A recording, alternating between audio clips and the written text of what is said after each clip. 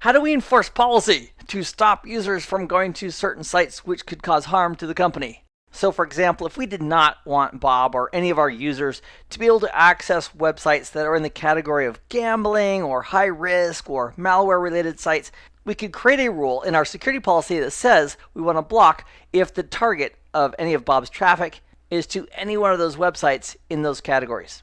So we can also create a list of URLs that we want to filter. So that if Bob is going to any of those URLs, his traffic is dropped, we can also present Bob with a little warning message indicating why we dropped his packets.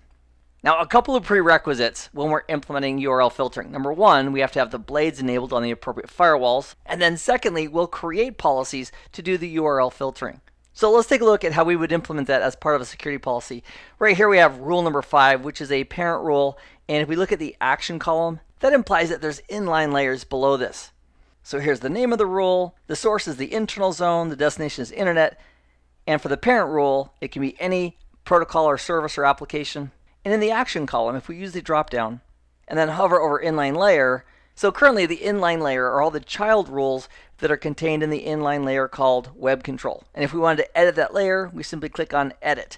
And the reason I want to show you this is because if we are creating or using inline layers, we need to also make sure that we're going to include the blades that may be associated with that layer. So in this example, if we want to do URL filtering as part of the inline layer, we need to make sure that the URL filtering option is enabled for that inline layer, which in this case it is. So to take a look at the details for the web control inline layer, let's go ahead and expand the parent here. So here in this parent rule, any traffic from the internal zone going to the internet, regardless of its application or services, is going to use the web control, which are 5.1, 5.2, and down. And the ones I want to focus on here are 5.2 and 5.3 regarding URL filtering.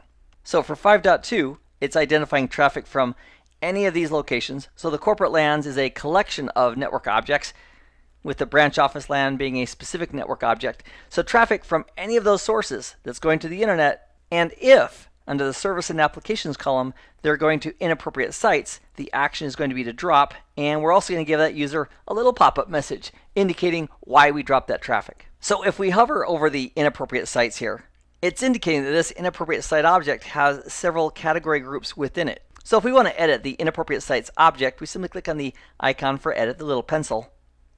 And this icon right here is representing categories. So this group is including all of these categories. And we can hover over each of these to give us more details about each of those categories. So for the gambling category, it'd be looking at HTTP or HTTPS on their well-known ports, as well as proxy on port 8080 for those services. So because we're editing this object called inappropriate sites, if we wanted to add or remove elements, we could just click on the plus symbol to add additional components. And from here, we could also filter on the types of objects. So if we use the filter option here by clicking on the funnel, so if we wanted to see all the applications and categories, we just put a check right there next to applications and categories, and it would show us everything. And if we wanted to search, we could certainly do that. We can type in the start of the words we're looking for. I'll type in free. And if we wanted to include free internet TV or live TV or anything else that they have identified, we can simply click on the plus symbol next to those. And then after clicking OK, they become part of this object called inappropriate sites. So we'll click on OK to close that dialog window. And then we'd publish that. So now any traffic from here going to the internet, if it matches any of those categories that we just mentioned, it's going to go ahead and drop that traffic. And if we want to see the blocked message the users are going to get, we simply hover over the blocked message, click on the edit icon, and it'll bring up a separate window. And here we can customize what we want that blocked message to look like that is presented to the user when their traffic is dropped. And this rule as well, 5.3, is also regarding blocking URLs. In this case, traffic from anywhere going to the internet. And we're using an object called blocked URLs. If we hover over that object, and then furthermore, let's click on the edit icon regarding the blocked URLs object. Here we could include details on the specifics of what we're matching for within a category. So here, anybody going to www.blockanything, it's a wildcard, the asterisk, period, asterisk, or www.cisco.com, that would be a match. And as a result, there would be a drop action associated with that. So now, in answer to the question, how do we enforce policy to stop users from going to certain sites which could cause harm to the company? The answer is URL filtering implemented on Checkpoint could do the job very well. I hope this has been informative for you, and I'd like to thank you for viewing.